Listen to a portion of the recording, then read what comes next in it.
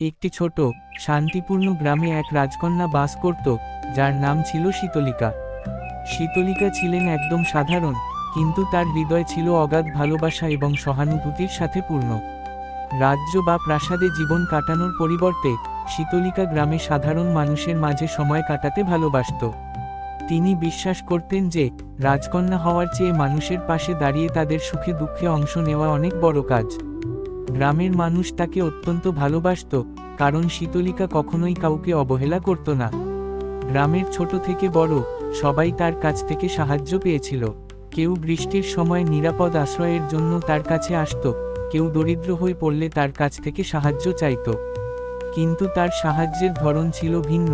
সে শুধু টাকা বা জিনিসপত্র দিত না, বরং মানুষের সমস্যার গভীরে গিয়ে তাদের পাশে দাঁড়াত। তবে একদিন গ্রামে এক অদ্ভুত বিপদ নেমে এল। গ্রামের প্রধান নদী, যা তাদের জীবন এবং কৃষির অন্যতম ভরসা ছিল, হঠাৎ করে শুকিয়ে যেতে লাগল। নদীটি একসময় ছিল জীবনের একটি অমূল্য রত্ন, কিন্তু এখন তার জল হারিয়ে যাচ্ছে। কৃষকরা ফসল ফলাতে পারছিল না, বাঁচতে হিমশিম খাচ্ছিল। পুরো গ্রাম যেন ধ্বংসের মুখে এসে দাঁড়ালো। গ্রামের বৃদ্ধরা বলেছিল, এই নদী যদি শুকিয়ে যায় তবে আমাদের সব কিছু শেষ হয়ে যাবে। বৃষ্টিও কম হচ্ছে এবং অন্য কোনো উৎস থেকে জল আসছে না। গ্রামবাসীরা আতঙ্কিত হয়ে পড়ল এবং আশা ছেড়ে দিল।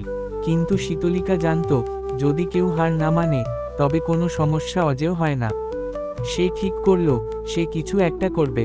তিনি তার প্রাসাদ ছেড়ে গ্রাম থেকে অনেক দূরে এক পুরনো পাহাড়ের দিকে রওনা দিলেন।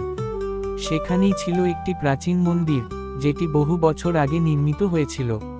পুরোহিতরা বলতেন যে কেউ যদি সত্যিকারের হৃদয়ের ভালোবাসা নিয়ে সেখানে গিয়ে প্রার্থনা করে, সে তার সমস্যার সমাধান পেতে পারে।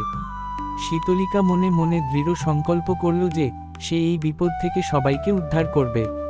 বহুদিনের পুরনো পথ পাড়ি দিয়ে শীতলিকা একদিন পর্বতের চূড়ায় পৌঁছালো এবং প্রাচীন মন্দিরে প্রবেশ করল। মন্দিরটি অনেকটা ধ্বংসপ্রাপ্ত হলেও তা তার অসীম শান্তি ও শক্তির জন্য পরিচিত ছিল। শীতলিকা মন্দিরের কেন্দ্রস্থলে দাঁড়িয়ে চোখ বন্ধ করে গভীর প্রার্থনায় নিমগ্ন হলেন।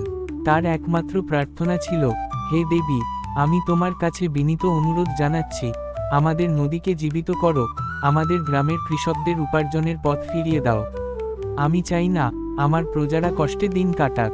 প্রার্থনার মধ্যেই শীতলিকার চারপাশে এক আশ্চর্যজনক পরিবর্তন ঘটল। মন্দিরের মেঝে থেকে এক ঝিলমিল আলো বের হতে লাগল এবং তার মধ্যে এক চমকপ্রদ শক্তির অনুভূতি তৈরি হলো।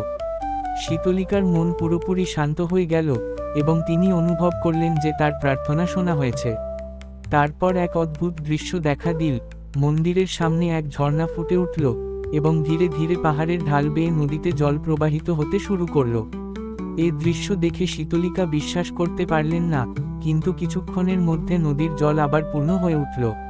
নদীটি জীবিত হয়ে উঠল এবং ধীরে ধীরে গ্রামের কৃষকরা দেখতে পেল তাদের জমির খরা চলে গেছে। তারা আবার ফসল ফলাতে শুরু করল এবং গ্রামে আনন্দের হাওয়া বইতে লাগল। শীতলিকা গ্রামে ফিরে এসে সকলকে জানালেন, এটাই প্রকৃত শক্তি, একটি সৎ এবং আন্তরিক মন। সঠিক উদ্দেশ্য নিয়ে যদি কোনো কাজ করা হয় তবে বিশ্ব জুড়ে তা সাড়া দেয়। তিনি বুঝিয়ে দিলেন যে শুধু প্রার্থনা নয়, মানুষের ভালোবাসা, সহানুভূতি এবং পরিশ্রম একত্রিত হয়ে জীবনের সব সমস্যা সমাধান করতে পারে। গ্রামের মানুষরা তার এই কাজের জন্য চিরকাল কৃতজ্ঞ হয়ে থাকবে। শীতলিকা কখনোই রাজকীয় আদেশ দিয়ে বা কোনো বিশেষ সম্মান দিয়ে তা করেননি, বরং সবার প্রতি তার ভালোবাসা আর সহানুভূতি দিয়েই সমস্ত কষ্ট দূর করেছিলেন। এভাবেই শীতলিকা প্রমাণ করেছিলেন যে একটি বড় হৃদয়ের শক্তি পৃথিবীর সমস্ত অন্ধকারকে আলোকিত করতে পারে।